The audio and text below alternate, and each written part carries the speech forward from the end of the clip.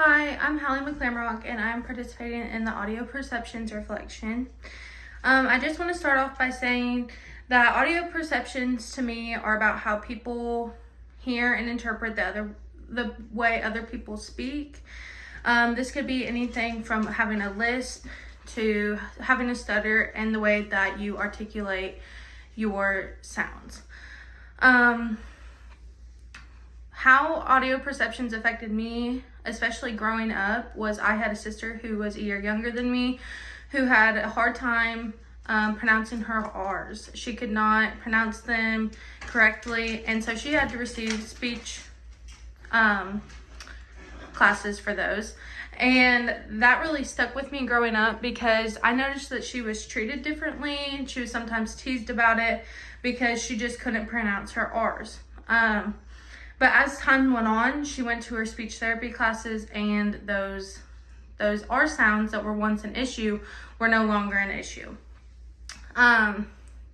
This made me realize how important it is to be aware of how we perceive and react to speech differences, because they can shape a person's confidence and opportunities. Like I discussed in our discussion, how a person is treated when they have articulation issues can crumble somebody's confidence, and it's hard to keep that confidence up when you're being teased about it.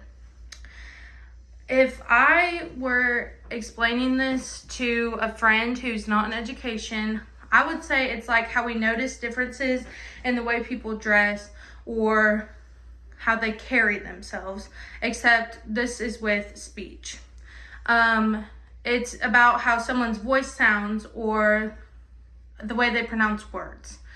And basically, I think that just kind of sums it up, because instead of just how someone dresses, you're looking at how do they talk.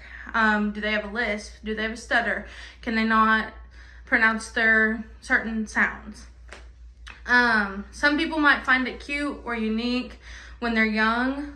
I know when I taught 5th grade this past year, one of my kids had a speech impediment, and at first the kids just thought it was funny and they kind of laughed at him, and the kid himself thought it was funny that he couldn't pronounce my last name, McClamroch.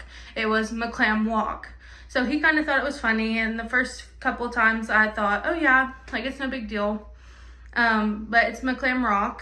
I corrected him and brought it to his attention, and then as the year went on, the kids started being rude about it, and not only were they, mispronouncing my name on purpose, but they were also teasing him because he had a hard time pronouncing any word with an R. And so we set those interventions into place for that particular student. I think it can really affect students in many ways. I think it's important to respond with patience and acceptance. Whenever that child had that issue pronouncing my last name, I eventually was like, okay, I understood it. We talked about it. Had a discussion with him about what was going on, and then accepted that he just has an issue pronouncing the sound. And then I got him into those intervention classes where we could work on that. And I think he felt more confident that he knew that he had someone on his team supporting him.